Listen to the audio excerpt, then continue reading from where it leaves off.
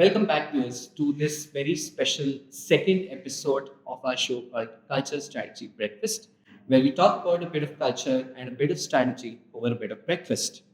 And today's episode is special because we are shooting this in March, which happens to be, the month where we have the International Women's Day. We thought, what better, to do on this occasion than to have two women from Flipkart who are at the absolute pinnacle of their field site. Join me in welcoming Jane Duke, who has just joined us as our Flipkart Group Chief Ethics and Compliance Officer. And I also have Renuka with me, Vice President ECART, with 10 plus years of experience at Flipkart and leading one of our most massive supply chain operations as well. So welcome both of you to the segment. Thank you so much. Thank you. As I say, nothing good ever happens on an empty stomach. So let's start right there with some food and breakfast related questions. I'll come to you first, Jane. You've just recently moved into this big role of Chief Ethics and Compliance Officer, right? It sounds like a thing. I'm sure you probably need a big, powerful breakfast to carry you through the day of making sure everyone is in line at at Flipkart. So why don't you tell us what a regular breakfast looks like? And this is also your first time in India, so would love to hear if any Indian favorites are making it to the list. Absolutely. Well, thanks. I've always been a big believer in breakfast. I think you've got to have something in your stomach to start your day and get your energy levels up and pumping as you start your work day. In the US, I would eat a lot of eggs and some more carbs and toast, but here I'm really starting to expand my Indian palate. And one thing that I have found that I love is masala dosa. I can eat it Lovely. every day. And then idli with chutney is another one of my favorites. And I know, Renuka, you said you eat that quite often. Awesome. I'm sure some of it is on your plates as well. So coming next to you, Renuka, running one of India's largest supply chains, I'm sure it's a 24/7 job, right? What does a breakfast typically look like? Is it like a sit down, put my mind together into something breakfast, or is it just on the go? For me, having a quiet meal is actually a luxury. So I'm also like a mother of two small kids. For me, it's always about, running very, very fast. Especially in supply chain, it is the day starts even before the breakfast actually does. So it's always about grabbing something very quick and then get the engine running. That's how it is. So I'm good. We've caught you nice and early today. And now I have a question for the both of you actually. And I found this to be an interesting one.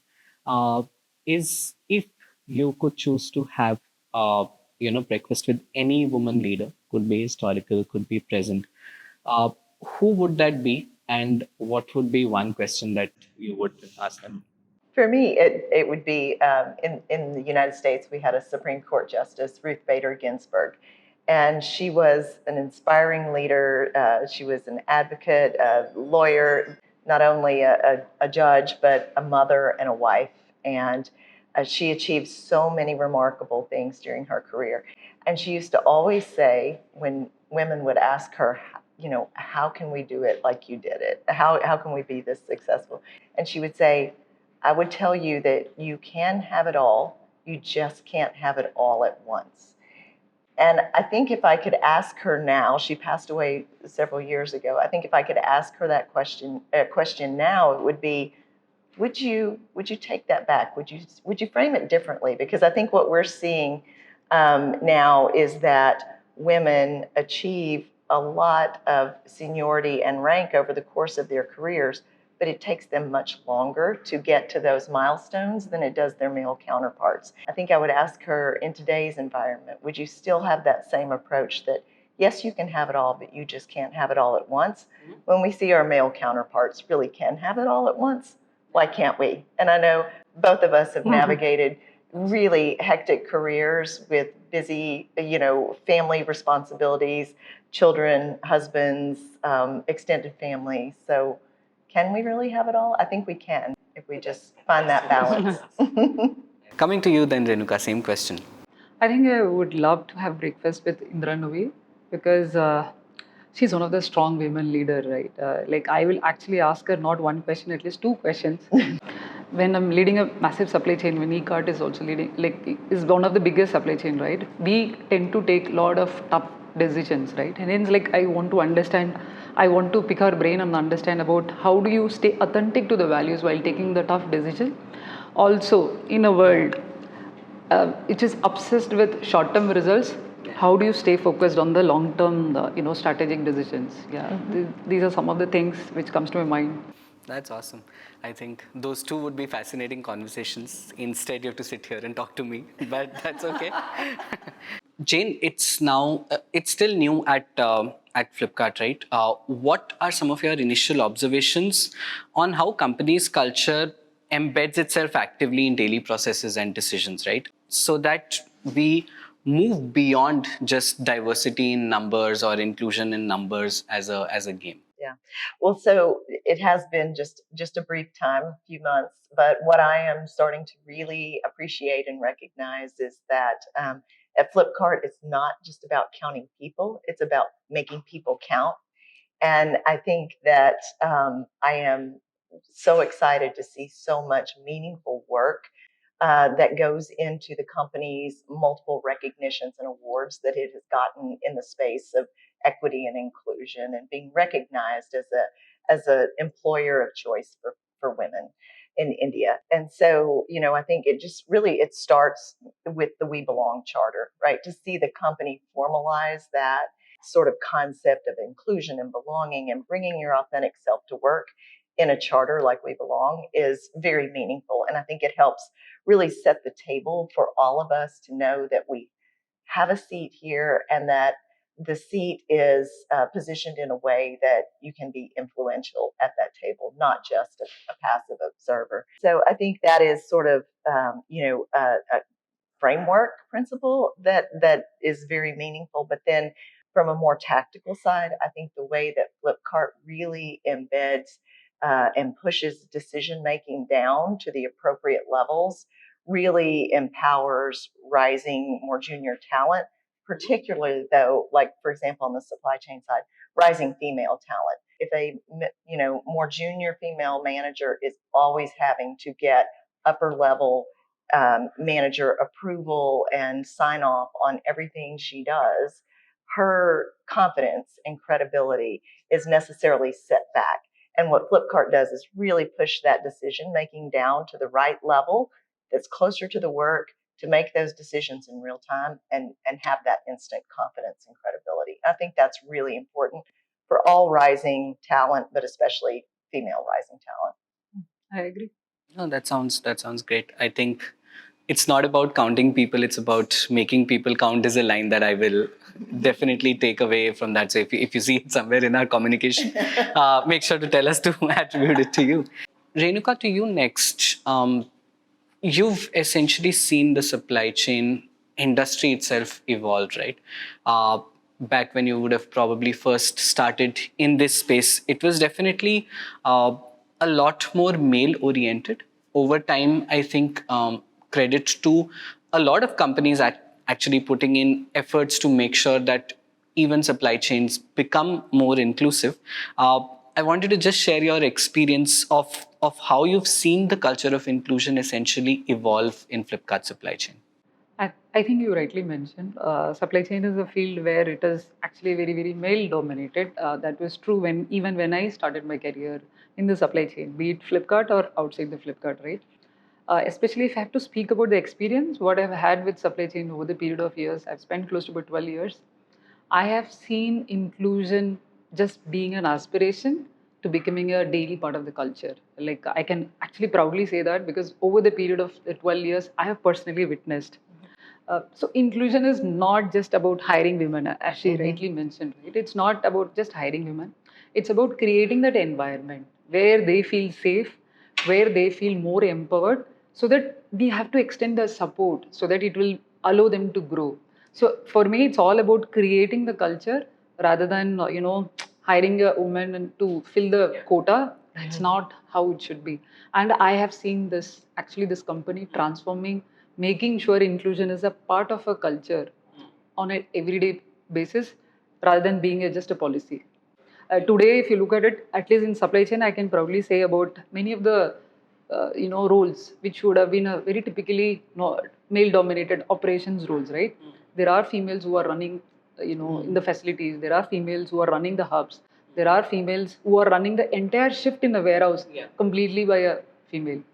So yeah, that gives you a lot of confidence, and then it speaks very very high about the inclusion culture what we have created in this company for the over the period of 10 plus years. Yeah, and to add to that, the fact that inclusion was added as a key core value for the organization, right, speaks a lot to the commitment. If we say that customer first is how we want to build the organization, then doing it with inclusion and with integrity is really how we just want to do it. Yes, because I can at least proudly say that, right? Well, like today, over the period of years, right, we have actually scaled up our diversity percentage, what used to be in a very, very minuscule number to a very, very respectable high numbers today. And also, this talks about the confidence what we have created, at least for the folks in the ground. Yeah. So, especially for the women folks. Absolutely.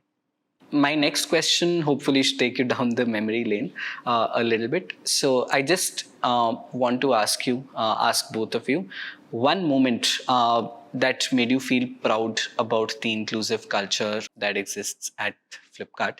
And this time, Renuka, we can go with you first. I think I will talk about the time when I took off for my maternity break. When I came back, right? Generally, women have this doubt, right? What will happen once I come back from maternity break? Will my career be the same? Will I be considered for all the meaningful roles? But whereas here in this company, I can specifically speak about the Flipkart culture. When I came back from maternity work, the organization was very very supportive, and they were allowing me to choose the roles, and they were allowing me to take a meaningful role within operations, because generally for the female when they come back from maternity there is a lot of apprehension about what will happen to their career, because I've taken a long break, like how will I go back and then restart the work, will I have the support system either at work also at home. So it's about a lot of things which actually goes behind the back. But when he came back, the organization was very, very, very supportive. They allowed me to take a very meaningful role, allowed me to actually grow in that role. It talks about the trust, it talks about the support system what we have. It's not about only mentioning in the policies, it's not mentioning about as a core value, but you are exhibiting it and you are feeling it. So I will say that is one of the special memory I would always carry throughout my life. You, Jane? Well, again, just a few months in, but one example that was just such an awesome part of my time here so far was participating in Pinkathon. I not only got to do the start flag for Flipkart because, as you know, we were a first-time sponsor this year, which was very exciting, but I also ran the 5K, and it was such a phenomenal event and so empowering to see so many women there. And I think it really struck me that Flipkart doesn't just talk the talk. They really, put their resources behind this in a very positive way for community engagement. And of course, it promotes so many good things. It, destigmatizes so many women's health issues. It promotes knowledge and better health care for women. But it also was such a, I think, visible and tangible example of putting women in a high intensity, demanding environment of running and showing that we have endurance, we can go the long distance, we can do it, we are powerful. And then, just putting our brand behind that, I think, said not just to the community and the city here, but also it spoke volumes to internally to the female employees of Flipkart, that we're willing to put our brand on such a high profile event that really is all about empowering women. So to me, that was just a perfect example of how we are living our values, both for the community and for our workers. So yeah, I agree. Thank you so much for sharing that. Moving on to our next and final segment, which is about building legacies, essentially. I want to ask you, Jane, what, as you begin to shape your team here at Flipkart, what is one cultural ritual that you want to establish that positions very strongly that, ethics is everyone's business and not just a team's business? yeah. It's a great question. And so I think, if we think about ethics, what we hear a lot about is, from a cultural standpoint, the tone at the top, right? What is the tone at the top? I think here at Flipkart, we have such strong tone at the top and really strong partnership with our leaders to carry that message of what it means to operate with integrity and to have the culture that we want to promote here at Flipkart. I think a focus for us is going to be carrying that tone at the top down to momentum in the middle and buzz at the base, because I think that is where so much of the day-to-day decision making is happening, and so many of the challenges really present themselves. So that's going to be one of our focus areas, is really building that. Renuka, for you, having been here for a while, you've seen most BBDs. And I remember back in the day, we used to have conversations around the scale of BBD, right? The reality, however, is that today, every day we deliver about the same scale as we would have been doing in some of our initial BBDs. When you are expected to perform at that level day in and day out, with high peaks on a day-to-day basis, how do you keep your teams motivated through this? Actually, you rightly put it. The peak is no more BBD time. Yeah. At least the pace at which eCard has become, the Flipkart has become, it is every day is a BBD. During this time, right, what keeps us engaged, what keeps us more motivated is all about the clarity of the goals, right? And also the sense of ownership. Why it is very, very important, because at the end of the day, if you're not owning the decision what you're making, then it will keep you disengaged. The third important thing, in addition to ownership, is also about the recognition of the work what they do. Very small recognition also makes a huge difference. At least for the folks who are there in the ground. At the end of the day, the supply chain folks, if you speak about it, they are more about moving all the shipments and then making sure it is delivered with the right precision, with the right experience to the customers. So the decision, whatever they make on the ground, directly impacts the customer experience. Then you feel the sense of pride on what you do. At least I can speak about the culture what we have created in eCart. The feeling of togetherness. It's very, very important, because it's a very intense, high pressure operation. We are there to support you. We are there to hold you for anything. Like anything goes wrong, we are there to support you, and just hold us accountable for the wrong thing, and feel happy about all the good things what you do. Once you have created, this generally keeps the team motivated. I think to end this segment and to end this discussion, uh, both of you are at the pinnacle of your fields, like I said, right, in your introductions, and you are therefore inspirations for thousands of women within Flipkart, also externally, right? If you had to give them one piece of advice, what is it that you'd want to share with them? First, to I think the junior female employees, I would say find your voice. You are in meetings for a reason. Don't just be a passive observer. You have value to add, whether it is offering a suggestion or a solution, or even asking an intelligent conversation. Like, your contribution will add value to the dialogue. So don't be shy about finding your voice and using that voice.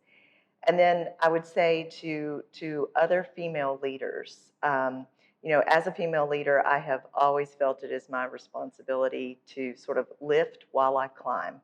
And that means, as I am focused on my own career, my own professional development, I am also very conscientious about, in my wake, as I rise, I am creating opportunities for others to pick up responsibility. I think just one strategy we should all keep in mind is that it's a very simple strategy called amplification technique, and it is really when you are in a meeting and a more junior member of the team offers a suggestion, finds their voice, gets the courage to speak, you in that moment credit the statement, right? And so you give credit where credit is due for a great contribution to the conversation, but you also build credibility and confidence in that more junior person on the team to continue to speak up, to offer valuable insights. And it just makes the collective better to have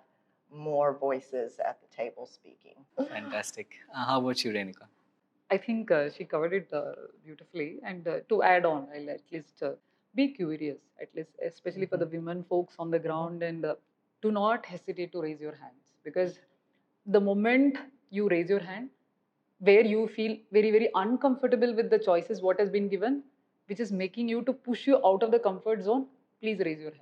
And I feel like it is not the capability is the issue. It is about overcoming that hesitation is the issue. At least I have seen typically, generally we hesitate a lot. We hesitate a lot about taking on any challenging role. We feel like what will happen? Who's there? Do we have a support system? What happens if it fails? That self, doubt on capability. I think pushing you out of the comfort zone and taking on challenging role is very, very Yeah, important. absolutely. At least that is one piece of advice I will add on over and Yes. above what Jane actually mentioned. Thanks for taking out time out of your very busy schedules on a Monday morning to have a bit of breakfast with us. Actually, thank you for inviting Thank us. I loved the interaction. Thank you so much. Absolutely. Awesome. And look forward to touring some facilities. with Yeah, you again, yeah. Actually, later planned this it, month. actually. Absolutely. Fantastic. Awesome.